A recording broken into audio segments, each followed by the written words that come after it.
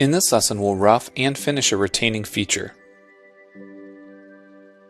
After completing this lesson, you'll be able to create a facing operation, create a 2D adaptive toolpath, create a 2D contour toolpath, and use Simulate to validate material removal.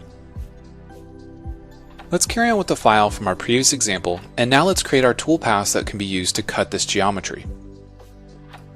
From here, we're going to go into 2D, and I'm going to select 2D Face. This is a toolpath that we haven't used yet, so I want to make sure that we at least explore it. From the Tools section, we're going to be using our 1/2" flat end mill, or tool number 7. In the Geometry section, by default, it'll be going off stock selections, so you can see the orange box on the screen based on the size of our stock. However, I'm going to identify these two faces as areas that I want to face.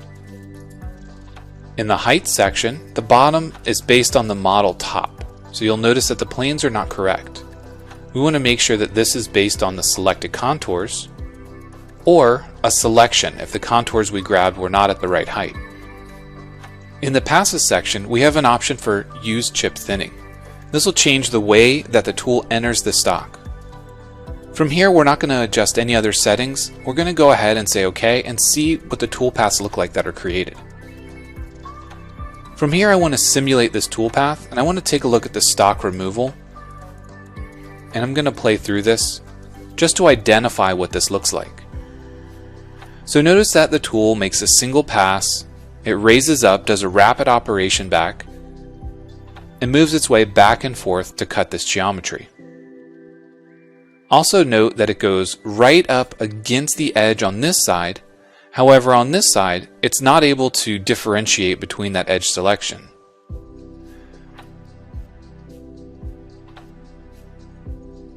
So using this tool to face off these areas is not going to be a good option for us because we have to be aware of this geometry.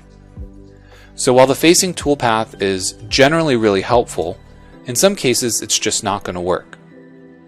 Now we can go back in and we can modify our geometry selection and change some of the passes and the information in here, but ultimately we need to pick another toolpath.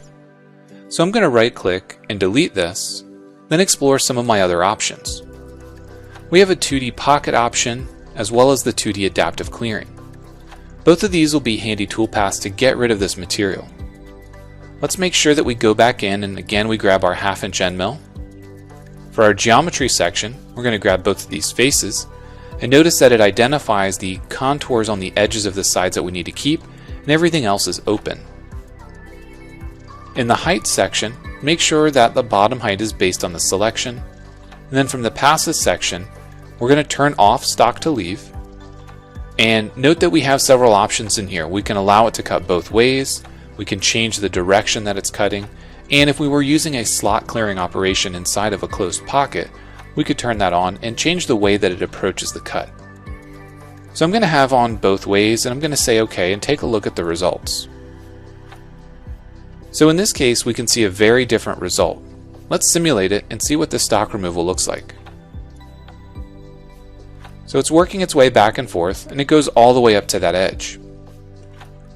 Because we're not leaving any stock behind, this is a great option. However, if we wanted to be sure the exact dimensions of that geometry, we could always come back and we could leave stock in the radial direction, finishing off the floors but leaving a small amount of stock here. That way when it regenerates, what it'll end up doing is leaving stock behind on the sides, and if we zoom in we can see that, which allows us to come back with a 2D contour operation to get the final cut. So now with a 2D contour, I'm going to go back and I'm going to select both of these edges. I'm going to add a small amount of extension to these of 0.125. Then in my passes section, I'm going to make sure that I do multiple finishing passes. So in this case, I'm going to do 2 finishing passes with a step of 0.01 because we left 0.2 behind. And then I'm going to say OK. So now we have a 2D contour that comes in and cleans off that last small section of material.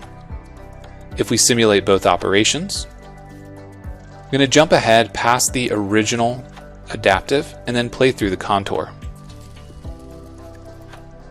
So you can see again it's coming back and it's cleaning up that edge for us.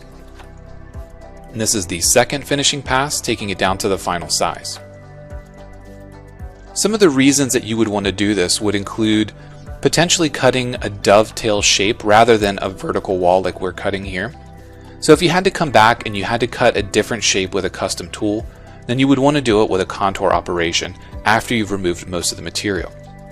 In this case, either way would be fine if we simply left a little bit of material with adaptive and went back with a contour like we have here, or if we cleared it all out with the adaptive.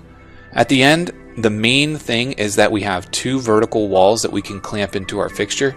That way the part can be held and machined from the other side.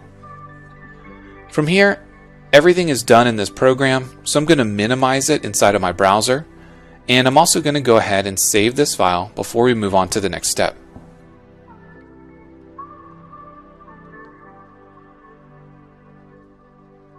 Thank you for watching our channel.